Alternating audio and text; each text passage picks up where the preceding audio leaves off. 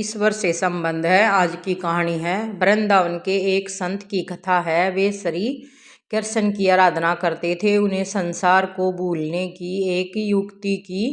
मन को सतत श्री कृष्ण का स्मरण करे रहे, उसके लिए महात्मा ने प्रभु के साथ ऐसा संबंध जोड़ा कि मैं नंद हूँ, बाल कृष्ण लाल मेरे बालक हैं। वो लाला को लाल देकर लड़ाते। यमुना जी स्नान करने जाते तो लल्ला को साथ लेकर जाते।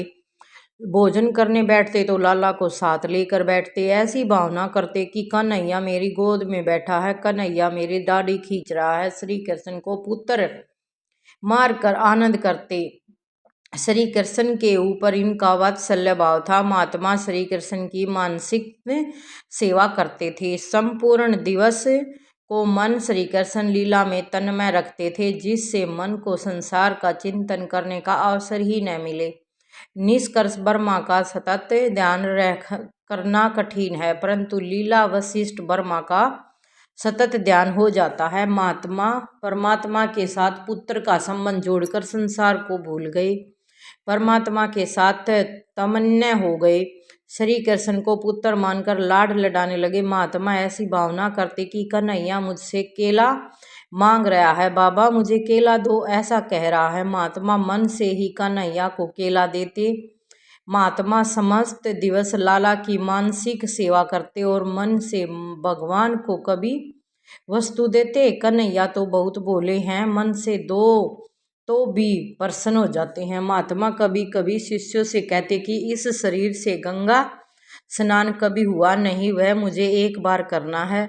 शिष्य कहते कि काशी पधारो। महात्मा काशी जाने की तैयारी करते, परंतु वात्सल्य भाव से मानसिक सेवा में तन्मय हुए कि कन्हैया कहते, बाबा मैं तुम्हारा छोटा सा बालक हूँ, मुझे छोड़कर काशी नहीं जाना।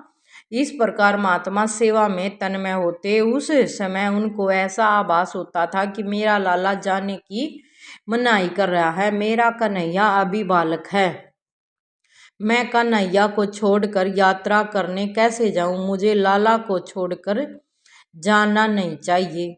महात्मा अति बूढ़े हो गए। महात्मा का शरीर तो वृद्ध हुआ, परंतु उनका कन्हैया तो छोटा ही रहा, वह बड़ा हुआ ही नहीं। उनका प्रभु में बाल भाव ही स्थिर रहा और एक दिन लाला का चिंतन करते करते वे मृत्यु को प्राप्त हो गए। शिष्य कीर्तन करते करते महात्मा को शमशान ले गए। अग्नि संस्कार की तैयारी हुई। इतने में ही एक 7 वर्ष का अति सुंदर बालक कंधे पर गंगा जल का घड़ा लेकर वहां आया।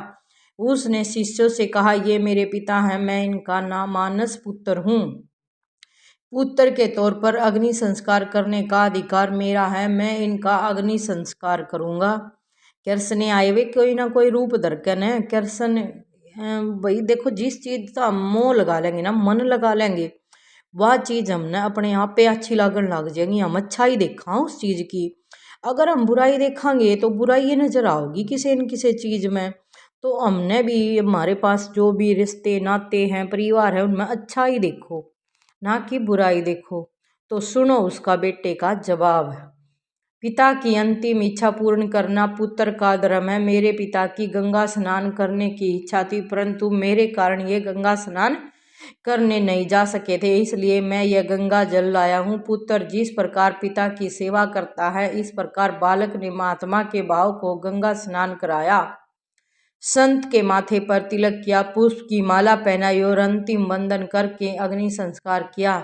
सब देखते ही रह गए। अनेक साधु महात्मा थे, परंतु किसी की बोलने की हिम्मत ही न हुई। अग्नि संस्कार करके बालक एकदम अंतर ध्यान हो गया। उसके बाद लोगों को ख्याल आया कि महात्मा के तो पुत्र था ही नहीं, बाल कृष्णलाल ही तो महात्मा के पुत्र रूप में आए थे। महात्मा की भावना थी कि श्री कृष्ण मेरे पुत्र हैं।